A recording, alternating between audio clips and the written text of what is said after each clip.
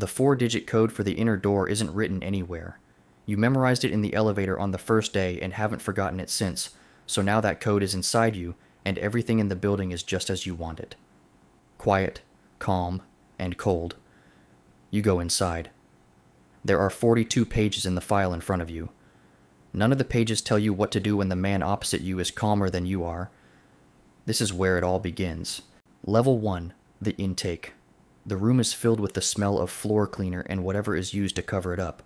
You sit down in front of your first patient with a yellow notebook and 3 sharpened pencils. This is exactly what you were trained for.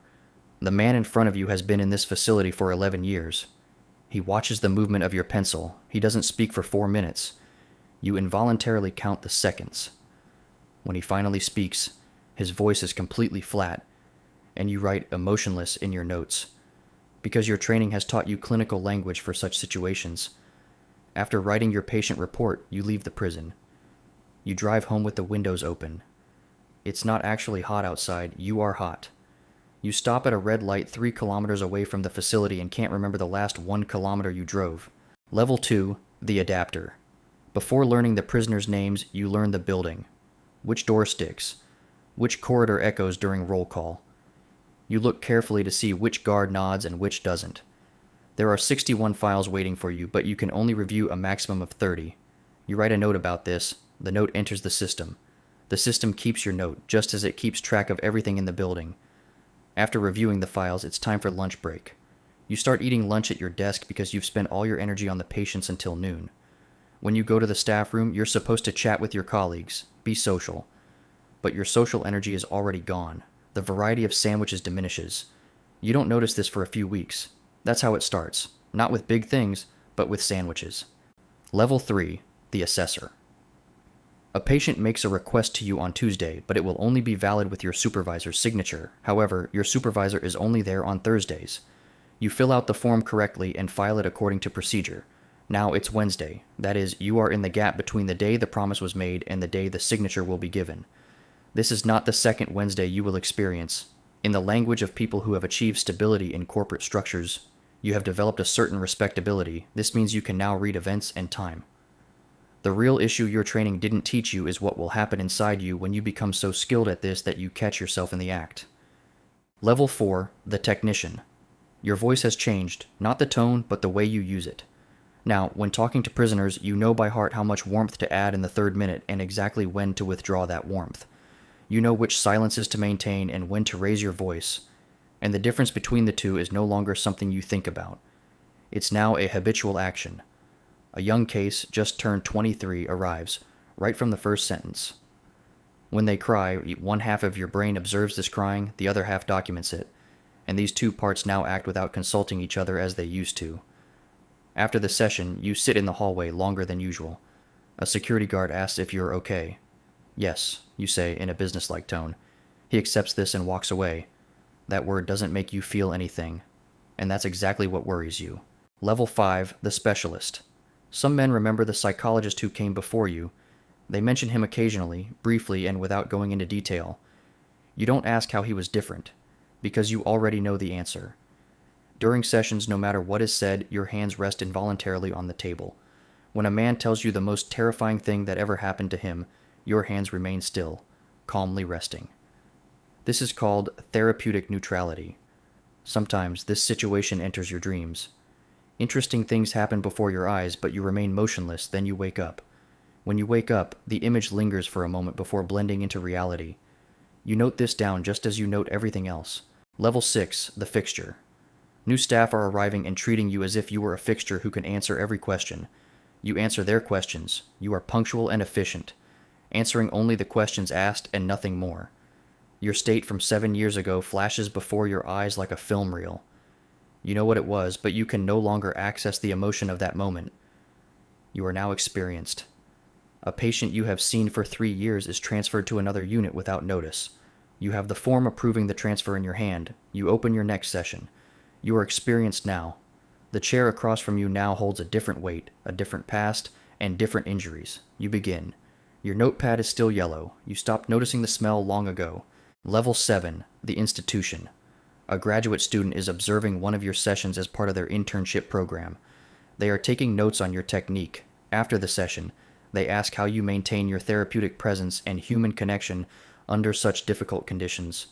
You give them the answer you've given many times before. You learn. Even though this sentence strikes them as odd, they take note of what you say. With the same admiring eyes you once used to watch senior professionals, they now look at you.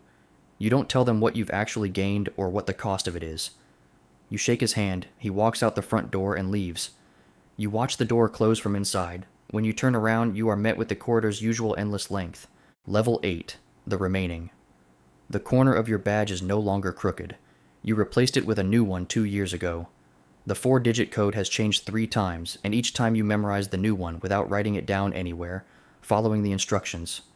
The reception room smells of cleaning products. It has always smelled of cleaning products. The man in front of you has been at this facility for 4 months and is watching your hands. Your hands are motionless. He begins to speak. You listen, document, and continue with the body built for this room. Somewhere in the building, a door opens. Somewhere in the building, a door closes. You don't look up. It no longer feels foreign.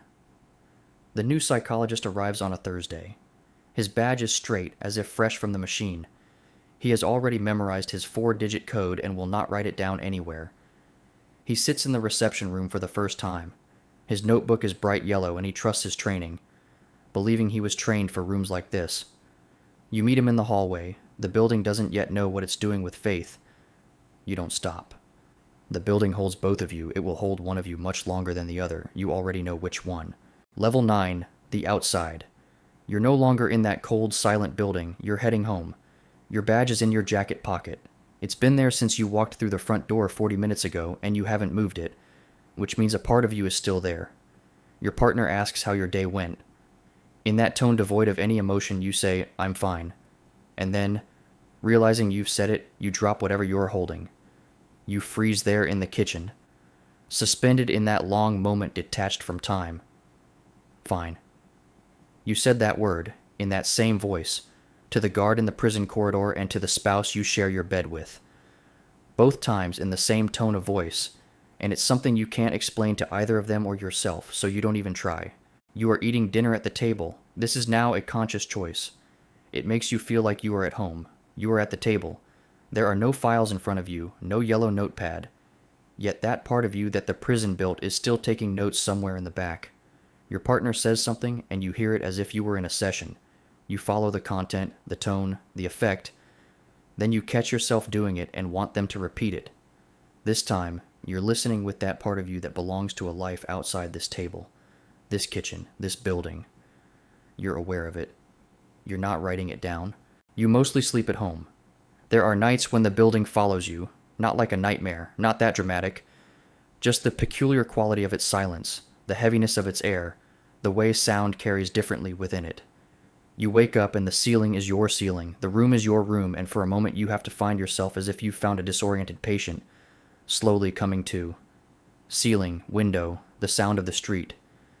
You. Yes, you're home. You fall back asleep. And morning comes. You make morning coffee and check your phone. Take your jacket, the badge is still in your pocket, and part of your mind is still there. You go outside, the day ends, and you sleep again. On weekends, you sometimes go to a noisy place, a market, a street, into that ordinary chaos of children and noise and people who haven't learned to stand still no matter what is said.